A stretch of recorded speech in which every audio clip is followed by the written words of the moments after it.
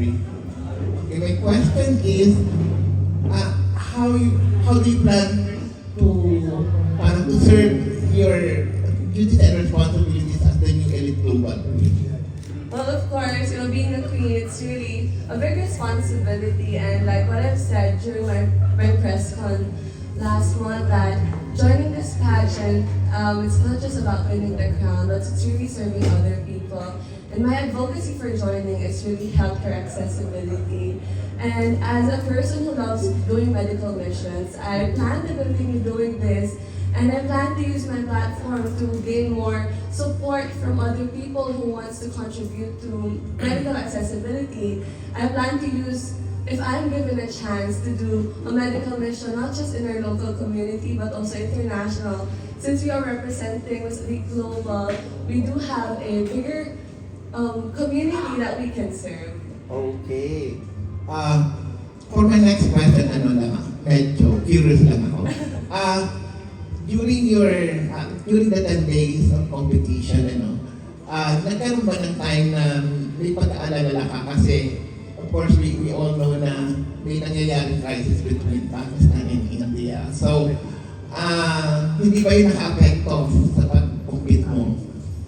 Well, honestly, we did worry a little bit since it is an issue of safety. But then the organization reassured us that we are in a place far away from that. However, we did make sure that we are also in communication with other people regarding this. And I guess I'm just really lucky that my parents are there with me. They were giving me comfort. And my team has been giving me so much joy all throughout the pageant. We do have a lot of stories to share, like about the journey itself, and every day was really such a bliss for all of us. Okay, for my final question, okay. What will you miss most about India, specifically Goa?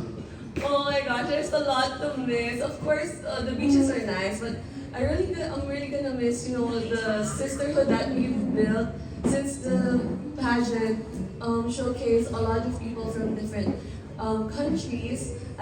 I was able to meet amazing women that represents different countries as well. And I want to give a special shout out to my pageant bestie. She's Miss Indonesia.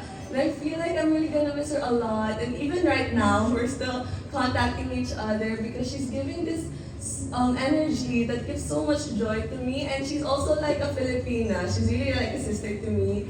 And all throughout the pageant, she was telling me how she loves kwek kwek. And she was teaching this to other girls. And yeah, I'm really gonna miss her a lot. And I do hope that I see her soon. Okay, thank you again for the honor and pride that you brought. Thank Okay. you. Hi, Francine. Hello, Congratulations thank you. again. Speaking of the hostilities between India and Pakistan, how was the security there? Did you feel parang takot? Meron bang ganon? Well, honestly, we made sure that we were watching the news and we were staying updated with all that's happening. The organization was reassuring us that we are far from the war, and at the same time, they do have plans to tell us, like, in case of there's any emergencies. But then I believe that it is also part of the challenge of like making sure that we are also updated to the social issues that's happening. And it's also very timely also that it challenges our bravery as well and the strength that we carry. So were you allowed to go out or you just stayed in the Yes, resort? actually we were allowed to go out, and during the days of the pageant, there was already a ceasefire. They announced a ceasefire, which gave us more comfort, but then they also made sure still that we are more vigilant, and they are still reassured us that we are in a safe space. Hi, Francine. Congratulations. Thank you. Paano mo handle yung pressure ng competition? Tapos nagre-review pa for your mga products. Oh wow. Yeah, for me, the pressure was, honestly, it was present since we are also aiming for a back-to-back crown, so there's double pressure for me. But really joining the pageant, I had a purpose in my heart that's beyond the crown. And I was telling to other people how this pageant is also a ministry for me because I believe that I was called there to be the light to other people and to give encouragement to other people and to the girls that I'm going to meet. And for me, that pressure was turned into a purpose that's more beautiful and that's beyond myself. Congratulations. Francine, Hello, Kuya congratulations. Ethan. Thank you po. I've watched your journey for this international competition. Pero nung nakita ko yung upload mo ng national costume mo, ito samantalahin na natin. Sabi ko, grabe, pasabog. Masabog po talaga kay Sir Ian. Oh, as we listen to Best James, parang from that moment daw, parang ang layo na nung score ni Philippines na compared to other candidates when they saw your national costume. So anong most memorable part mo wearing the national costume? And how did you feel nung suot-suot mo? Oh my gosh, the national costume. Again, I want to thank Sir ER for the amazing national costume. Well, my favorite part really was when tinaas mo yung tail because I saw everyone's reactions and they were really amazed by the beauty of the national costume. But I really enjoyed also the trainings that I have because I made sure that I was able to present the national costume in a very good way as it is also very beautiful itself. I wanted to make sure that it was very vibrant and we can really see how it represents the vibrancy of the Philippines. And yeah. Can you mention your other designers like for your long gown? Okay, so for my preliminary gowns, it's Sir Chino Christopherson, the green and gold gown. So he was also my designer for Miss Manila.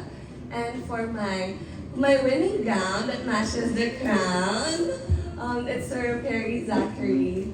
And they were so generous to make their amazing creations for me, and I just saw how much effort and talents that they put into this, and I feel so honored to be able to wear their creations.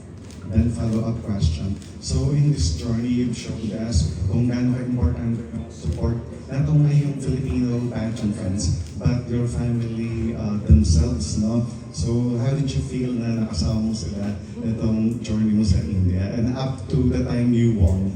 Well, it felt very special since I am the eldest daughter, so I do have 2 more siblings. But when I was in India, I felt like I was an only child. So they were with me all throughout, and aside from being so safe being with them, I enjoyed every moment of it because they were the ones who kept reminding me that I should just enjoy the journey, and just seeing them enjoy at the same time was such a bliss for me. It was an honor for me also to see that they're also enjoying, and since it's also their first time in India, I do hope they enjoyed. I feel like they enjoyed. And for me, they were the ones giving me strength, and I think this is an edge for me because these are the people that supported me and really showed me how to love beyond. Wow. Last question. So, very beautiful na the first step in joining national or other international pageants in the near future. So, which among our national pageants would you like to join? Well, right now, we don't have any concrete plans for the next step for pageantry, but we are talking about joining more pageants. But right now, we're trying to focus on studies.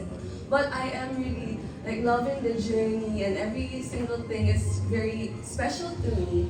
And I believe, well, I'll be speaking with my team about it, but we are planning to join another pageant. But as of the moment, we're still trying to enjoy the win right now and still maybe trying to realign to the purpose that we have. Congratulations again and to your team.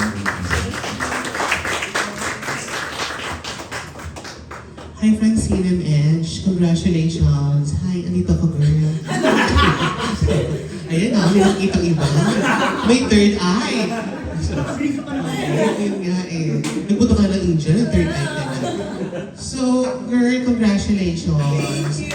Speaking of India, can you tell us more about Goa? Tama ba? Goa, Yes, India. Goa. The people, the culture, the food, everything about Goa na gusto mong i-share sa amin. Yeah, so I was really excited to go to Goa since I'm a person who loves to go outdoors. Like ever since I was young, we've been visiting a lot of beaches and mountains. And just being at Goa, somehow it feels at home also, especially the weather. It's similar here in the Philippines. And for the food, it's interesting because I have a low spice tolerance, but I did like all the food. And it was amazing for me to taste the authentic way that they make Indian food. And for the people, they were very accommodating to us. They really did cater all to our concerns. And they're very friendly as well. Although there's language barrier, which is, we can't help it, but we were able to still communicate through Google Translate somehow, especially to the locals. But overall, it was such an amazing journey for me. So what's next after winning the Miss Elite Global? Can you tell us more about your duties or responsibilities as reigning Miss Elite Global?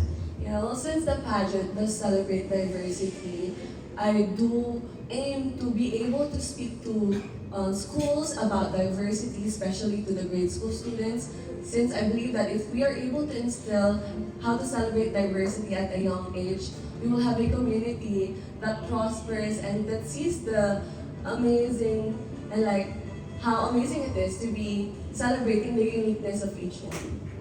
And for my final question, Why should you be? no, nanalo na tayo, Ben. Okay, move on na. So what did you learn from your Miss Elite Global journey? You may answer that in 45 seconds. Alright? I learned a lot, but I believe it's really being true to your purpose. And I believe it is the thing that really anchored me into just pushing through the pageant. And I was able to enjoy every bit of it because I have joy that my purpose is beyond myself. And I'm not just helping myself to grow, but also helping other people. And just having that purpose in my heart gives me peace that whatever happens, whatever the result is, I'm still winning in a different way. Thank you so much and congratulations again, Iha. Mabuhay ka. Hi! Hello, Francine. Alright, so maraming activities itong Miss Elite Global. So alin doon yung sobrang nag-enjoy ka? Oh, I believe I really enjoyed the swimsuit competition since we were able to showcase our passerella, and I believe that this is something that we've really trained hard for, and it's just so much energy in the swimsuit competition, and I was able to also teach a little bit of like tips for passerella to the other girls, and it's really just full of energy, and we were able to showcase, our bodies, which is also diverse at the same time, and you can just see the confidence of each girl in the swimsuit competition. Alright, so since na-win natin yung corona, may plans pa na magkaroon ng homecoming parade or something like that? I think my Mama France is arranging something again, but I'm sure what I know. No details yet, but we know that it's really pasabog since it's Mama France naman. Magandang gabi. So Francine, at the age of 22, you won a international crown. So, and then I think you're nag-review ka for Project Sun? Yes. Siyempre, lahat ng girls are aiming for, aside from the minor crowns, a lot of girls are eyeing for the major crowns. So after your reign ba, is there any chance ba na mag-compete ulit for a national pageant? Yes, the answer is yes. We are planning to do so, but again, I know there's a lot of weight in joining the pageant, so we are preparing for it, and we don't know yet what pageant we'll be joining, but I know that we will be joining again, but we're just waiting for the perfect timing for it, and the right organization for us. Mga friends, trabahuin mo na yan. Ang dami na din yan. Sorry. Okay, so, and, syempre, you're still young. And there are a lot of pads and beauty queen hopeful from different provinces. Any message for them na like they're eyeing also for a national and international title? For me, I believe that before we find the crown, we have to find ourselves first, and we need to have the purpose in our hearts. Again, I think what's different between the pageants that I joined before is I really just have so much joy in this pageant. I was able to really experience the whole pageant in a different level because I do have this reminder in my heart that I have a purpose there. And if it's just encouraging one girl through being kind, then for me that's already winning. And if they are able to find this purpose as well, then I believe that this will anchor them and will be able to give them more motivation to not just join for the crown but also for other people. Okay, last na, but not a question. Message. Kasi you won the Miss Elite Global 2025 title in India. And now our very own Krishna Gravitas now currently in India too, competing for another international pageant. Message for her. Yeah, hello Ate Krishna. I just want to wish you good luck and just know that the Filipino community is really praying for you and is with you all throughout your pageant. And I want you to know that you should believe in your preparations as well. I know you've worked so hard for this also, and I know that you're not just there for the crown, but you're there for other people as well. And I know that you have this purpose in your heart, and I just believe that you will shine so bright in that international pageant as well. So just keep believing in yourself and enjoy every moment of it. Thank you so much. Hi Francine, this is Jay from Pageant, and I have one question for you. So despite of having or experience challenges in competing national and international pageants, so do you believe everything happens for a reason? Wow! Magic question naman Yes, I do believe that everything happens for a reason. And I believe that all these things are orchestrated for a bigger purpose that's beyond yourself. And I do believe that this pageant happened for a reason and it was orchestrated by God because everything that happened was just unexplainable, even the timing and how everything happens, the preparations and even the time management and the strength. Since I do have to juggle quite a lot, since as you mentioned a while ago, I'm still studying, I know that the strength didn't come from myself, it really came from God. And this happened not just for me, but I did have an extraordinary encounter with God through this pageant.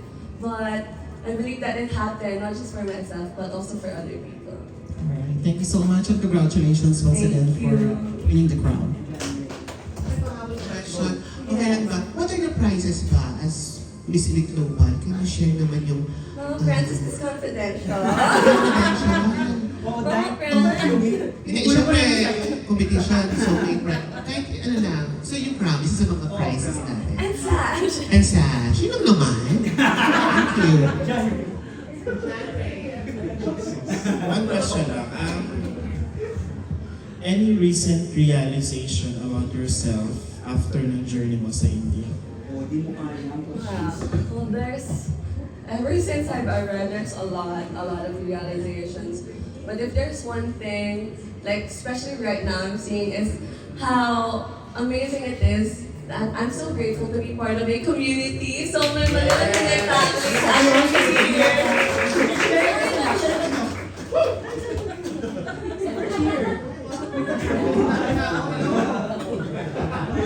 So yeah, they were the ones who actually been praying for me and has just been pouring so much love to me all throughout the preparations, and they were the ones who reminded me that I am there to bring light, and they were the ones who kept me grounded.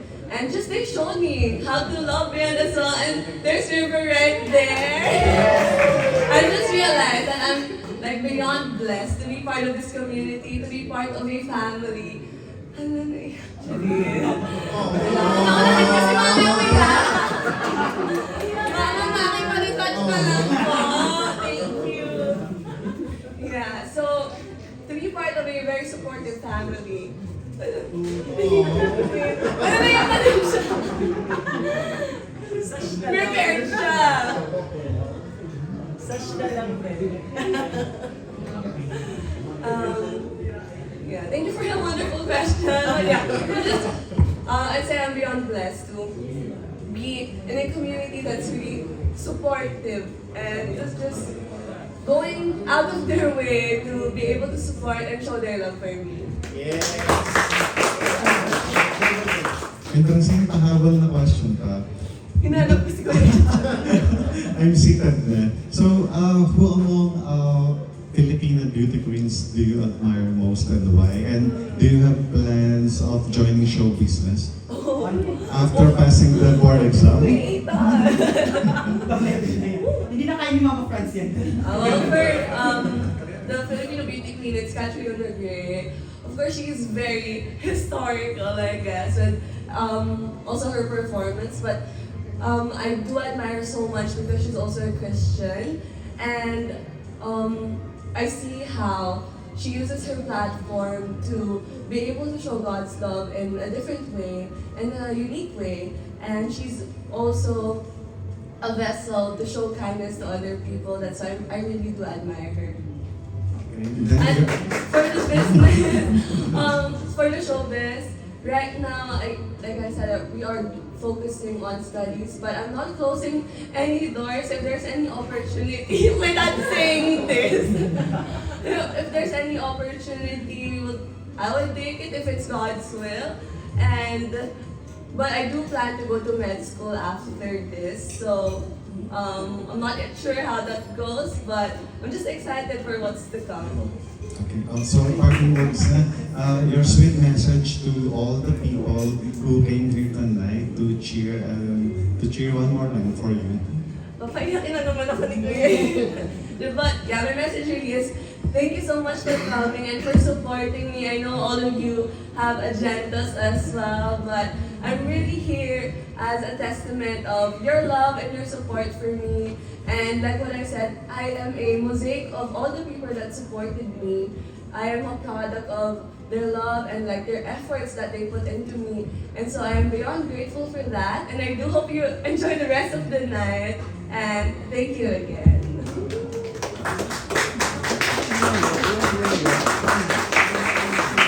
And before that, I would like to ask Mama Maki here in front. Napakamin na natin si Mama Maki. Come here na. Go, go, go. Come here na, Maki. Si Mama Maki. Yes! Boy, back lang po si Mama Maki ang nagpapasaya sa amin. And also, shout out lang, nandito yung official photographer namin, si Mark Caceres. And also, the official sponsor namin, si Tita. Tita ngayon, our favorite sponsor. Ma, come here, come here. What is your message now to Francine? Makwentuhin mo sa nawalang sash. Ayun na, thank you. Ako ba? Ay, di po ata ako eh. Ayun na, thank you dahil isa ko sa napisin yung Master Glamping since Miss Manila. Na doon mo ako na-try. And then, sa family mo, thank you din. And thank you for Praise Our Flag sa ibang bansa. Ayan.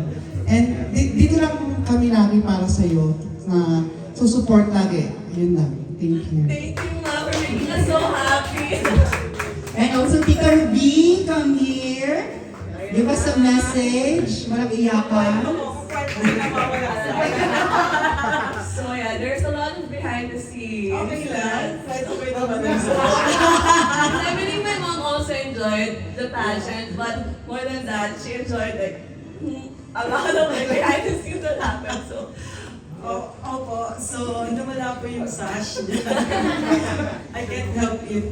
Pero ikukwento ko. Kasi yun yung isa sa mga challenge na ano namin sa India. No? Nawala yung sash niya. na nakalagay Philippines. And di ba kapag ka nawala yun, paano ka rarampa nang wala yung sash? So, I'm very thankful with the Filipino community sa Goa, India. Talagang they supported us. Sila yung naghanap ng kung saan makakapagpa-print and kung saan pwedeng magpatahe. So, nag-plan din kami nila Mama Franz, Mama Maki, tsaka Sir James. Takbo kami sa palengke, naghanap kami ng magtatahi ng sash, and then hindi namin maintindihan pero yung sinasabi nila, just pay. O sige, bayad na lang kami ng bayad, tatahin na si sash.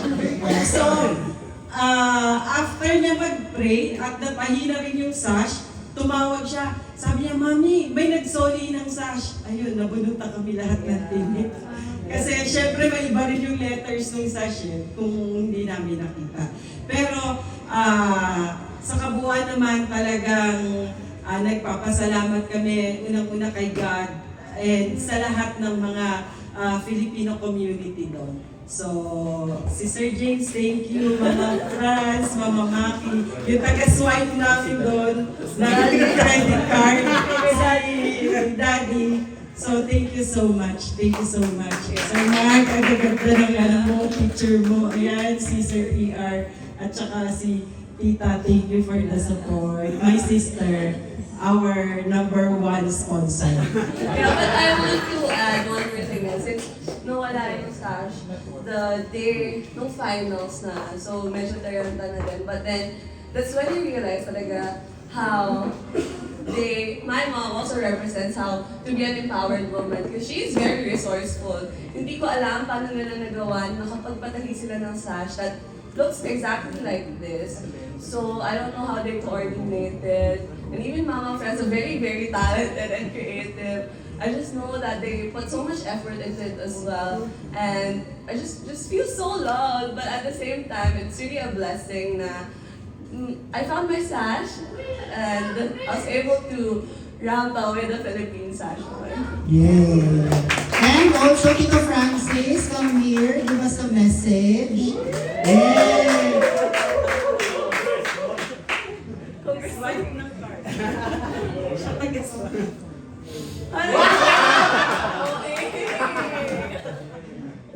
I would like also to tell you that the original crown that they bought is green.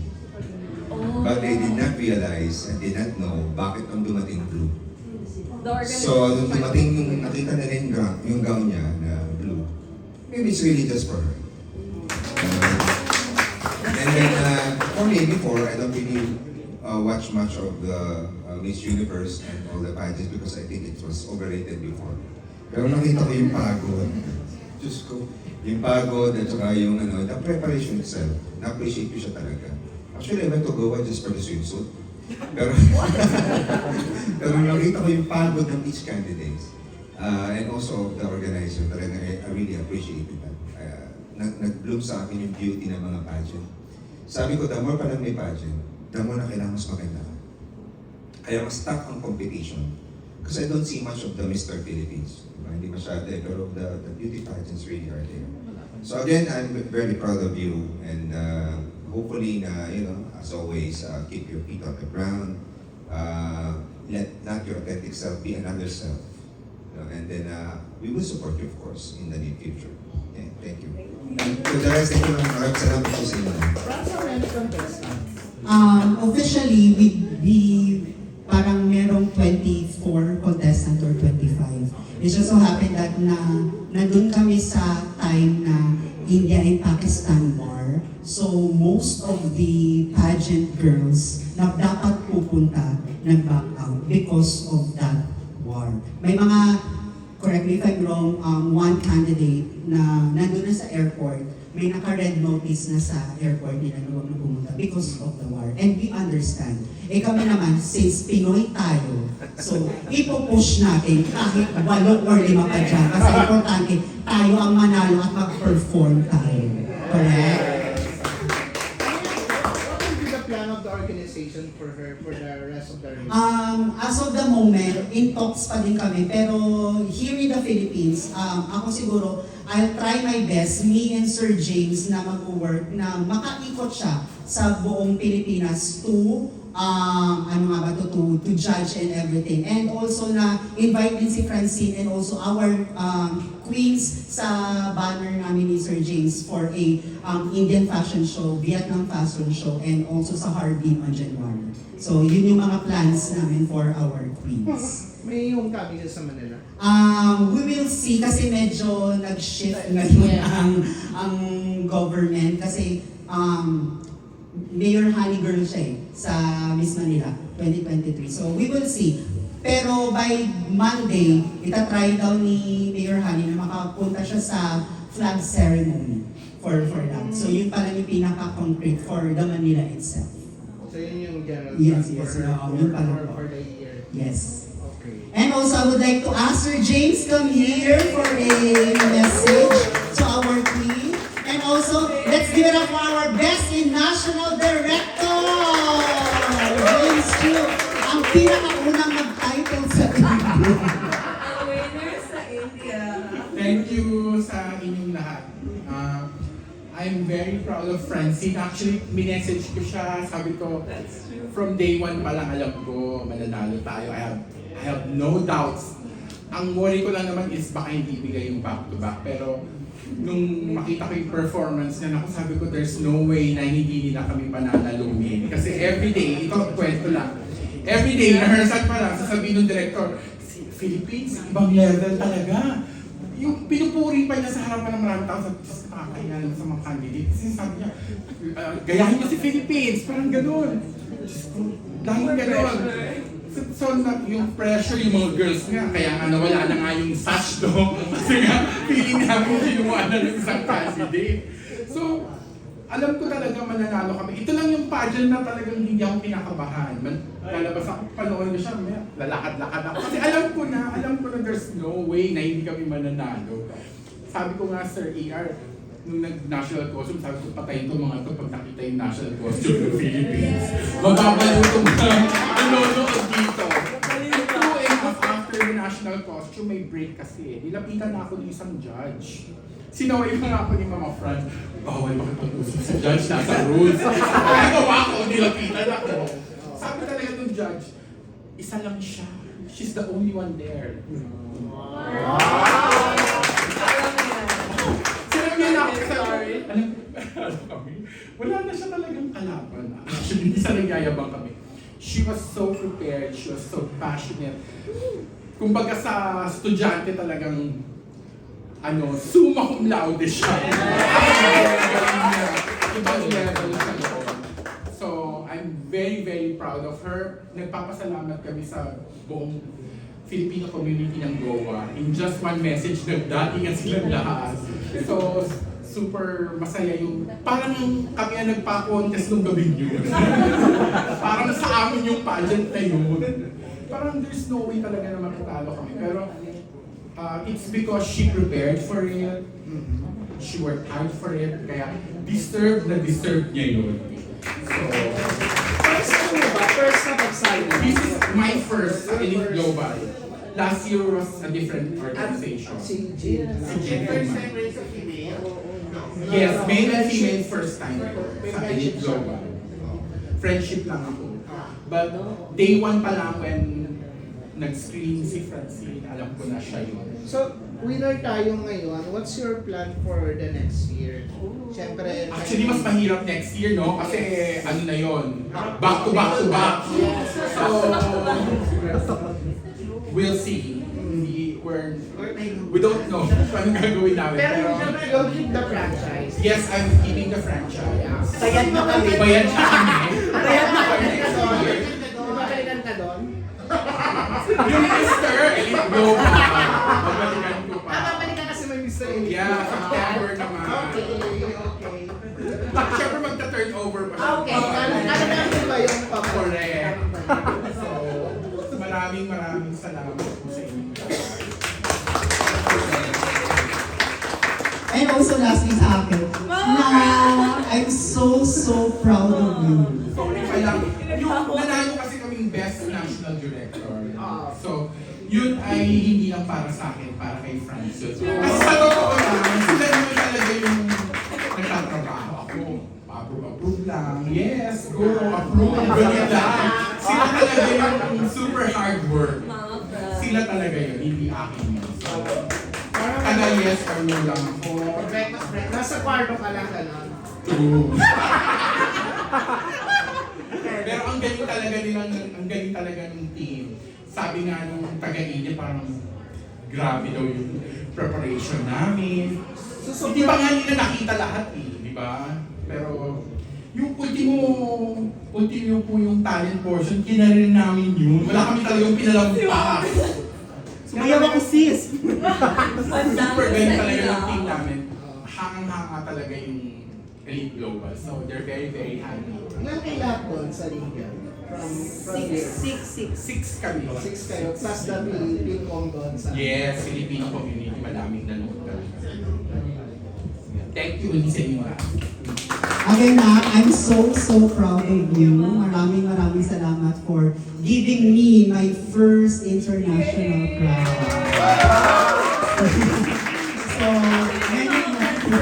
So many more pa. So medyo na-inspired ako to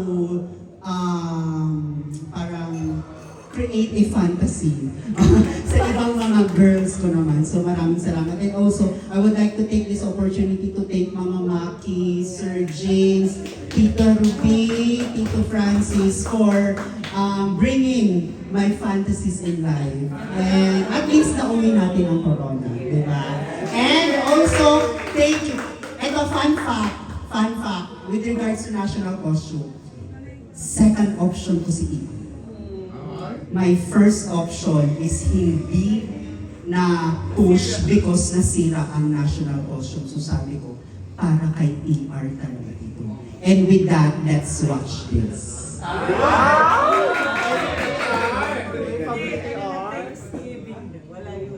Walang video. Ay, walang video. So Thanksgiving.